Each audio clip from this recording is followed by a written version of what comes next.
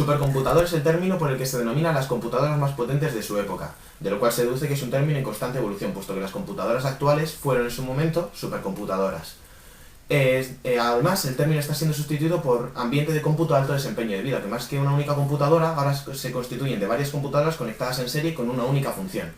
Según el Top 500, una lista que está encabezada por las computadoras más potentes y se realiza cada 6 meses, según el Top 500 de noviembre de 2012, Titan de Seymour Cray es la computadora más potente actual, que alcanza desde los 17,6 hasta los 24,8 petaflops. La historia de supercomputadores se remonta a 1940, encabezada en primera lista por Colossus, una supercomputadora que se dedicaba a descifrar el código Enigma que utilizaban los alemanes en la Segunda Guerra Mundial. Después fue sustituida por la Manchester Mark I, la cual poseía una RAM de 32 palabras de 32 bits cada palabra.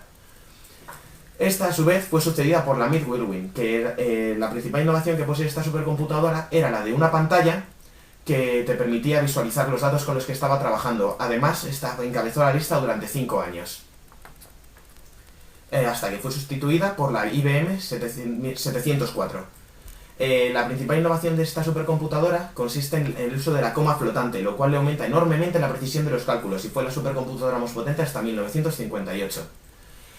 Desde 1940 tenemos que destacar la figura de Seymour Cray, brillante arquitecto de computadoras, el cual aportó, entre otras cosas, la fusión del cálculo escalar y el matricial, lo cual aumentó enormemente la potencia de estos ordenadores.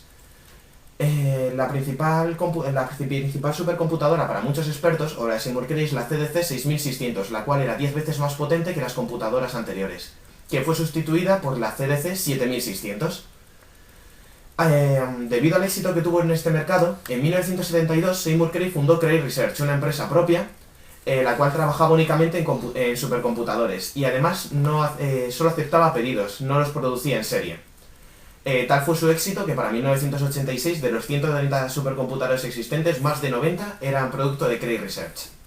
Paralelamente a la historia de Seymour Cray, destaca Ken Thompson, un programador el cual dedicó su vida a crear un sistema operativo capaz de producir su simulador Space Travel, que era incapaz de correr en ninguna otra máquina de la época.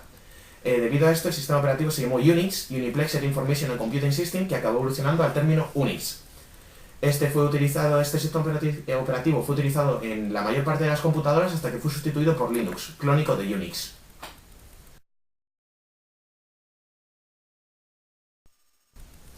Una de las características de estos ordenadores es que operan miles de millones de operaciones por segundo. Estas operaciones se llaman petaflops, que son operaciones de coma flotante. Estas operaciones son muy similares a la notación científica que conocemos, con la diferencia de que están escritas en binario. Constan de un número por e elevado al veces que va a moverse la coma. Parece muy simple, pero siendo en binario resulta muy complejo, lo que nos da una idea de la capacidad que tienen estos ordenadores. Una característica muy conocida de estos superordenadores es que pueden ser utilizados por miles de usuarios a la vez, siendo el ejemplo más claro las compañías de videojuegos, que utilizan estos ordenadores para crear sus partidas en línea. Incluso estos ordenadores son muy reducidos en comparación con el Top 500, que son los más potentes del mundo.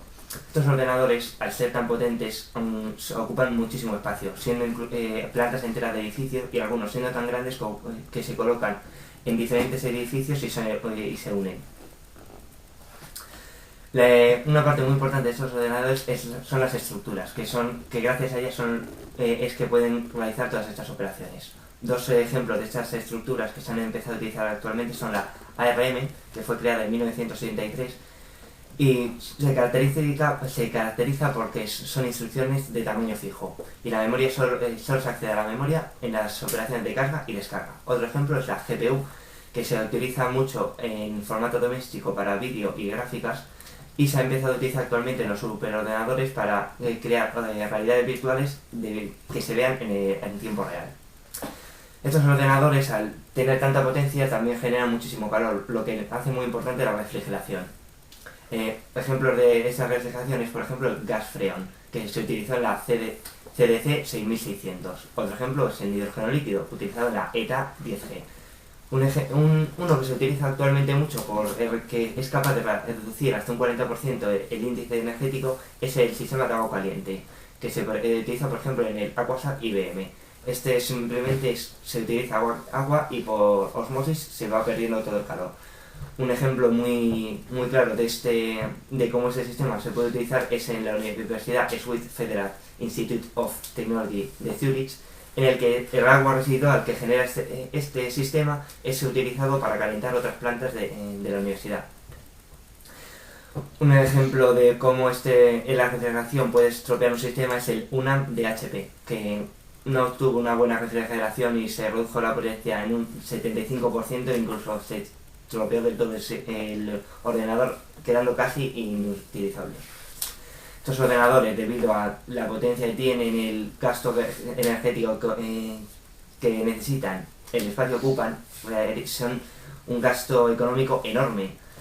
Eso sin contar que se pueden actualizar en un futuro estos ordenadores. Por tanto, solo se utilizan para cosas muy concretas y el uso de estos ordenadores queda reducido a solo quienes son capaces de utilizarlos, quienes son los investigadores y programadores muy cualificados.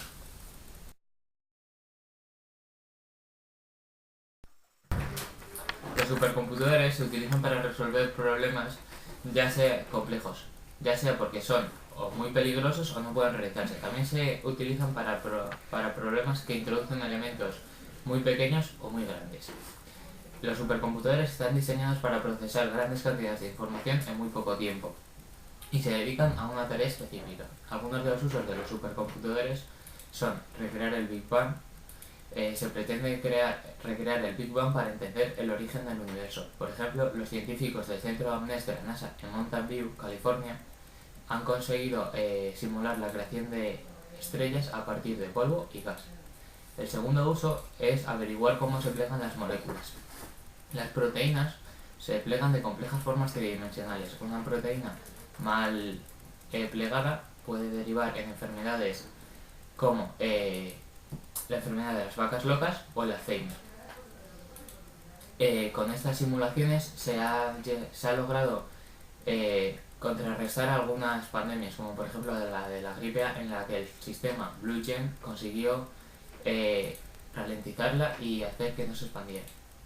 El tercer uso es la prueba de las armas nucleares. Estados Unidos ha prohibido la prueba de armas nucleares, por lo que el programa de administración de arsenales utiliza simulaciones por ordenador para probarlas y así asegurar la funcionalidad y seguridad.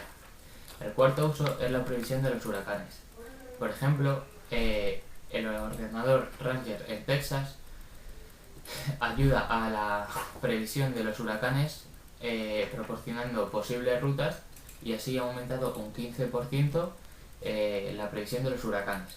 Pero los superordenadores no se quedan simplemente en el antes de los huracanes, sino que van más allá. Por ejemplo, después del huracán Rita en 2005, en el laboratorio de Nuevo México, un superordenador ayudó a reutilizar vulnerables líneas eléctricas y plantas de energía.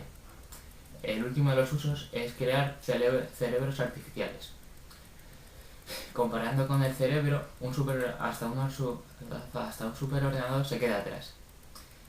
Down, en el Lawrence Livermore National Laboratory, ha creado un cerebro de gato, pero este es entre 100 y 1000 veces más lento que el de un gato real.